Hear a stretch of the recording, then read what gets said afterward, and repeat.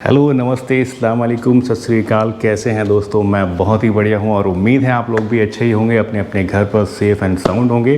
दोस्तों, बहुत लंबे इंतज़ार के बाद आखिरकार आज वो दिन आ गया है जब हम जा रहे हैं अपनी बाइक की फ़र्स्ट सर्विस के लिए। आज फाइनली मुझे पता चला है, इन्फॉर्मेशन मिली है कि जो हमारा रॉयल एनफील्ड का सर्विस स्टेशन है वो खुल गया है और हम अब जा सकते हैं अपनी बाइक की सर्विस के लिए। और जैसा मैंने आपसे प्रॉमिस किया था कि अपनी फ़र्स्ट सर्विस की जो भी अपडेट होगी, जो भी उसका हमारा एक्सपीरियंस होगा, वो मैं आप लोगों से ज़रूर शेयर करूँगा। तो चलिए विदाउट एनी फर्दर एडो चलते हैं अपनी बाइक के पास और इस एक्सपीरियंस को आपके साथ भी शेयर करते हैं। All right ladies and gentleman, हम निकल चुके हैं अपने घर से सर्विस सेंटर के लिए। आप लोग सोच रहे होंगे कि इस लॉकडाउन में ये सर्विस सेंटर खुला हुआ है, ये कहाँ से इन्फॉर्मेशन मुझे मिली। एक्चुअली ये एक इत्तेफाक हुआ मेरे साथ कल, क्योंकि मुझे जाना था मुरादाबाद अपनी वाइफ का वैक्सीनेशन कराने के लिए। तो जब वहाँ से मैं लौट रहा था तो मैंने गौर किया, मैंने नोटिस किया कि जो रॉयल एनफील्ड का शोरूम है मुरादाबाद में, उसका जो शटर है ना वो हाफ़ गिरा हुआ था और बाहर थोड़ी सी हलचल भी हो रही थी। तो मैंने गाड़ी रोक के जाके पूछा तो उन्होंने कहा कि हाँ यार, चल रहा है हमारा सर्विस सेंटर, आप चाहो तो आ सकते हो कल। तो उन्होंने सुबह 9:30 बजे का मुझे टाइम दिया, बोले कि आप 9:30 बजे आप आ जाएंगे तो सबसे पहले नंबर आप ही का लग जाएगा।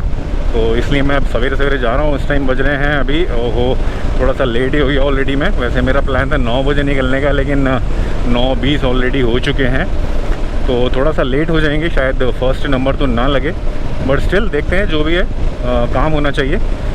इससे अच्छा कि वेट करता रहूँ कब लॉकडाउन खुलेगा, मेरा काम हो जाए तो अच्छा है। बीच में कहीं भी जाना पड़े तो बाइक आराम से लेके जा सकते हैं। सर्विस सेंटर जो है वैसे एक मेरे बिल्कुल घर के सामने भी है, और जहाँ से मैंने ली थी गजरौला से बाइक, वहाँ पर भी सर्विस सेंटर है, लेकिन वो दोनों ही सर्विस सेंटर अभी बंद चल रहे हैं। तो इस वजह से मुझे थोड़ा दूर जाना पड़ रहा है बाइक की सर्विस करवाने के लिए। मैं जा रहा हूँ अभी मुरादाबाद। ये रोड जिस पे मैं चल रहा हूँ ये है NH-24, जो कि दिल्ली से लेके और लखनऊ तक जाता है, और शायद उससे भी आगे कहीं जाता होगा, वो मुझे पता नहीं है। तो इस रोड को काफ़ी चौड़ा कर दिया है, 6 लेन रोड हो गया है, तो मज़ा आ रहा है चलाने में। सुबह सुबह का टाइम है तो ज़्यादा गर्मी भी नहीं है, मौसम अच्छा है, ठंडी हवा लग रही है। तो overall I am enjoying this ride. ये सामने जो फ्लाईओवर आप देख रहे हैं, ये फ्लाईओवर पे अगर आप चले जाएंगे तो ये जाएगा सीधा रामपुर या फिर काशीपुर, रामनगर आपको जाना है, बरेली जाना है। तो ये बाईपास है ऊपर से, बट हमें क्योंकि जाना है सिटी में तो हम नीचे से जा रहे हैं। और हमारा जो शोरूम है वो भी बस यहाँ से शायद 1-1.5 किलोमीटर दूर रह गया होगा, तो ऑलमोस्ट पहुँच ही गए अपने मंजिल पर। यह हमारा showroom service centre. Let's see कि कितनी देर में हमें ये बाइक देंगे और हमारा एक्सपीरियंस कैसा रहेगा। है ना? हाँ जी, काम से सर? सलीम जैदी। ये एनफील्ड की शोरूम में बाइक कर रहे हैं सैनिटाइज। फर्स्ट सर्विस है। 4-5 नंबर। अरे हो बाइक हमने दे दी है अपनी सर्विसिंग के लिए और अब इंतज़ार है अपनी बाइक की सर्विस कंप्लीट होने का। वैसे तो 9:30 बजे मुझे यहाँ पहुँचना था, लेकिन आधा घंटा लेट हो गया और 10 बज गए मुझे यहाँ आते आते। तो इस वजह से 5 बाइक्स मुझसे पहले यहाँ पहुँच चुकी थी। जो बाइक्स की अब इनकी सर्विस होगी उसके बाद फिर हमारा नंबर आएगा और फिर देखेंगे कि क्या हमारा एक्सपीरियंस रहता है इस रॉयल एनफील्ड के साथ। आप लोगों ने ऑलरेडी बहुत ज़्यादा डरा रखा है मुझे ये सब चीज़ें बता कर के रॉयल एनफील्ड की सर्विस वगैरह बहुत बुरी है, तो फिंगर्स क्रॉस्ड के क्या एक्सपीरियंस रहता है हमारा। उम्मीद है और होप कर रहे हैं कि सब कुछ ठीक रहे। सर्विस एडवाइज़र को 2 प्रॉब्लम्स थी, वो मैंने बता दी हैं। पहली प्रॉब्लम तो थी मेरा जो पिछला ब्रेक था उसमें चूं चूं की आवाज़ आ रही थी, और जो दूसरी प्रॉब्लम थी जो मैं ज़्यादा कंसर्न हूँ जिसको लेके, और मुझे लग रहा था कि शायद ये प्रॉब्लम आगे चल के ज़्यादा बड़ी हो सकती है, वो ये थी कि मेरी जो बाइक है वो मिसिंग मार रही है। मिसिंग मारने का मतलब है कि जब उसको बाइक को चला रहा हूँ मैं तो बीच बीच में उसका जो इंजन है वो जो स्ट्रोक है उसको मिस कर रहा है, तो पावर लैग हो रही है। तो ये एक थोड़ा सा कंसर्न है मेरे लिए कि पता नहीं कि इसका कोई आगे चल के मेजर इशू ना बन जाए। तो वो मैंने फ़िलहाल तो बता दिया है, बट अब वो क्या उसका सॉल्यूशन निकालते हैं, इसको कर पाते हैं ठीक या नहीं, वो अब आने वाला टाइम बताएगा। फ़िलहाल तो वेट कर रहा हूँ और बाइक का, और आगे जो भी अपडेट होगी वो आपको देता रहूँगा। अभी तक के अगर अपने एक्सपीरियंस की बात करूँ फर्स्ट सर्विस तक, तो फ़िलहाल तो सेटिस्फाइड हूँ। कोई ऐसी प्रॉब्लम नहीं आ रही है मुझे। बाइक भी अच्छा परफॉर्म कर रही है, जिस मकसद से मैंने बाइक को लिया था, कंफर्ट के हिसाब से, पावर के हिसाब से, वो भी सेटिस्फैक्ट्री है, कोई इशू नहीं आ रहा। बस ये 2 ही प्रॉब्लम्स अभी तक मैं फ़ेस कर रहा हूँ, पहली वो ब्रेक वाली और दूसरी ये मिसिंग वाली। तो आई होप कि ये दोनों चीज़ें पहली सर्विस में रेक्टिफाई हो जाएं। जहाँ तक बात है बाइक के प्रोग्रेस की, तो जब इनिशियली मैंने ये बाइक ली थी तो इसमें जो मुझे सस्पेंशन थे वो थोड़े से स्टिफ लग रहे थे, बट धीरे धीरे जैसे बाइक चल रही है और सस्पेंशन खुल रहे हैं तो वो सस्पेंशन भी मुझे अब लग रहा है थोड़े सॉफ्ट होते जा रहे हैं, तो वो अच्छा है मेरे लिए। और जो बाइक की इंजन की हार्शनेस थी वो भी थोड़ी ठीक होती जा रही है, और शायद अब इंजन ऑयल चेंज होगा तो शायद और ज़्यादा अच्छी हो जाए। और अब देखते हैं कि फ़र्स्ट सर्विस के बाद बाइक की क्या प्रोग्रेस रहती है, कैसा परफॉर्म कर पाती है। उम्मीद तो यह है कि अच्छा करेगी, तो जैसा भी करेगी फिर आपसे उसके बारे में शेयर करूँगा। फ़िलहाल चलता हूँ मैं अंदर सर्विस सेंटर में। फ़िलहाल बाहर आ गया थोड़ा सा हवा खाने के लिए, तो अंदर सर्विस सेंटर में जाकर फिर देखते हैं कि हमारी बाइक का नंबर आया या नहीं आया। जल्दी से आ जाए तो अच्छा है, क्योंकि जितनी देर होगी गर्मी बढ़ती जाएगी और प्रॉब्लम हमारे लिए बढ़ती जाएगी।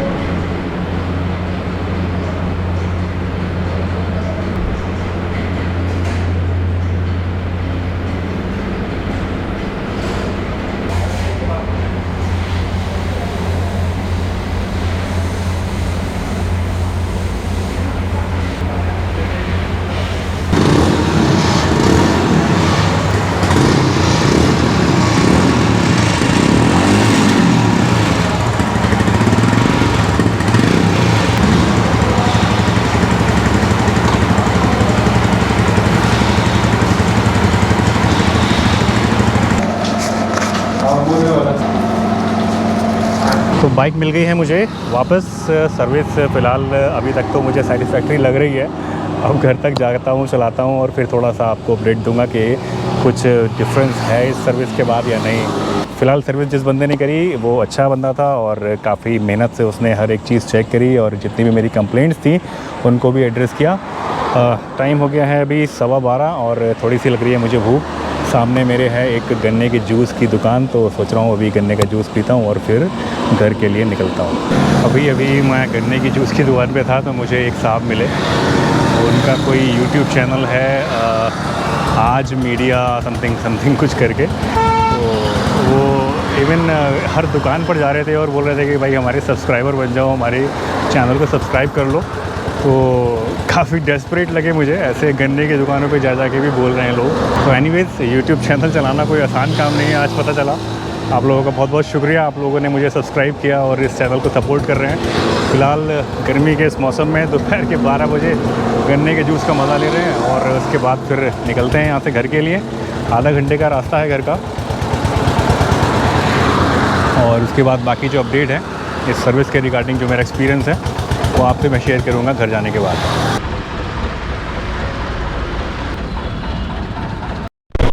तो दोस्तों जूस हो गया हमारा पूरा और एनर्जी भी हो गई है पूरी। अब जा रहा हूँ वापस घर। दोपहर का टाइम है, 12:30 बज गए हैं, तो थोड़ा गर्मी है, बट स्टिल जो हवा है थोड़ी सी ठंडी है, तो इतना ज़्यादा कुछ प्रॉब्लम नहीं हो रही है। बाकी की अपडेट मैं आप लोगों को घर पहुँच के देता हूँ। तो चलिए फिर मिलते हैं आपसे घर पहुँचने के बाद। पहुँच गए अपने घर, और सही टाइम पे आ गए यार, हम तो 20 मिनट में ही आ गए। मैं लगभग बल्कि 20 से भी पहले ही, मैं 12:30 पे चला था और अभी 1 बजने में 10 मिनट है। तो इस हिसाब से काफ़ी सही स्पीड में और काफ़ी आराम से हम आ गए, कुछ पता नहीं लगा रास्ते का। यही तो ब्यूटी है इस हिमालयन की, कि इसमें आपको थकान नहीं होती लॉन्ग रूट्स में। तो इसीलिए मैंने ये बाइक ली थी कि मेरे लॉन्ग रूट्स की जो ट्रिप्स हैं वो कंफर्टेबल हों और आराम से हों। तो चलिए अब घर पहुंच के आराम से थोड़ा फ्रेश होके फिर बात करता हूं आपसे।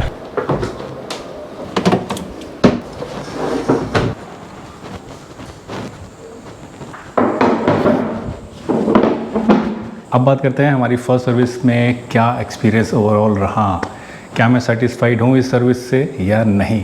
तो जो ओवरऑल कॉस्ट पड़ी इस मुझे पूरी सर्विस की वो पड़ी 1201 रुपया। इसमें से जो ब्रेकअप है वो मैं आपको बता देता हूँ।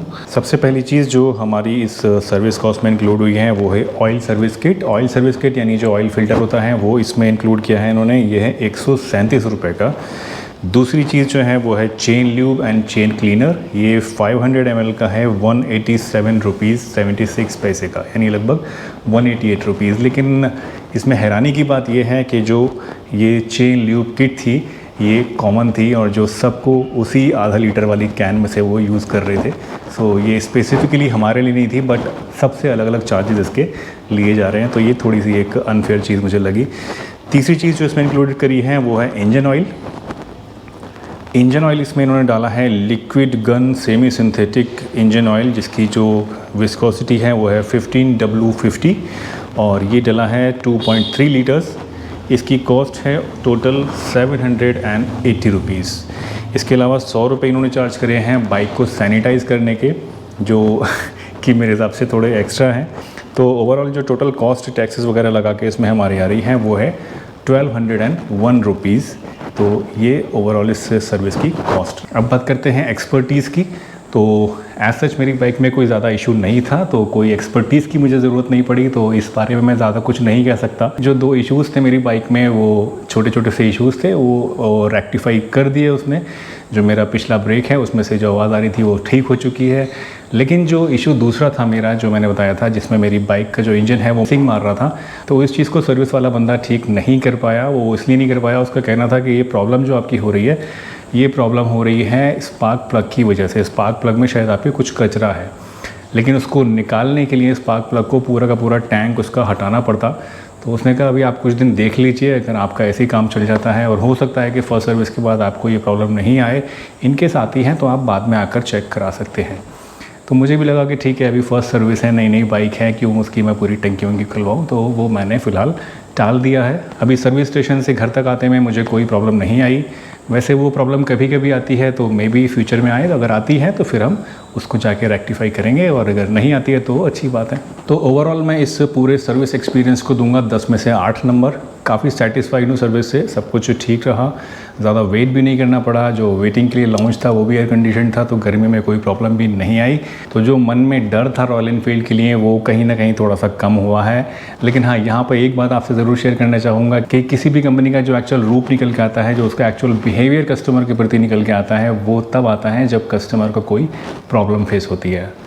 फॉर्चुनेटली मुझे एज सच कभी कोई प्रॉब्लम नहीं थी। अगर फ्यूचर में कभी प्रॉब्लम आती है तब हमें असल बात पता चलेगी कि रॉयल एनफील्ड की कस्टमर सर्विस कैसी है। फ़िलहाल तो everything is fine and I am satisfied and fingers crossed and I hope कि प्रॉब्लम में ना आए कोई बाइक में, और मुझे वो निगेटिविटी जो सुनी है इस रॉयल एनफील्ड कंपनी के बारे में, वो फेस करने को ना मिले। चलिए दोस्तों, इस वीडियो को यहीं पे समाप्त करते हैं, लेकिन समाप्त करने पहले आपसे मैं पूछना चाहूँगा कि क्या आप भी रॉयल एनफील्ड के कस्टमर हैं, और अगर हैं तो आपका सर्विस एक्सपीरियंस रॉयल एनफील्ड के साथ कैसा रहा। अगर अच्छा रहा तो उसे भी शेयर करिए, और अगर बुरा रहा तो उसे तो ज़रूर ही शेयर करिए, ताकि सब लोगों को और स्पेशली मुझे भी पता लगे कि मैं रॉयल एनफील्ड से आगे आने वाले टाइम में क्या एक्सपेक्ट कर सकता हूँ। चलिए, इसी के साथ इस वीडियो को यहीं पे समाप्त करते हैं और आपसे लेते हैं विदा। अगर इस वीडियो को आपने एंजॉय किया तो इसको लाइक ज़रूर करिए, शेयर कीजिए अपने फ्रेंड्स के साथ, सब्सक्राइब कीजिए हमारे इस चैनल को अगर आप नए हैं यहाँ पर, और बेल आइकन ज़रूर प्रेस करिए, ताकि आने वाले समय में भी आपको सारी वीडियोज़ सबसे पहले देखने को मिलती रहे। मुझे दीजिए इजाज़त, मैं आपसे मिलूँगा फिर किसी नई वीडियो में, बहुत ही एंटरटेनिंग, बहुत ही मज़ेदार से टॉपिक के साथ। और अगर लॉकडाउन खत्म हो गया जल्दी से जल्दी, तो हो सकता है किसी लॉन्ग ट्रिप के साथ। चलिए, इसी के साथ अपने बड़ों का सम्मान कीजिए, बच्चों से प्यार करिए और अपनी लाइफ को जीते रहिए मस्ती के साथ, मज़े के साथ। Bye bye.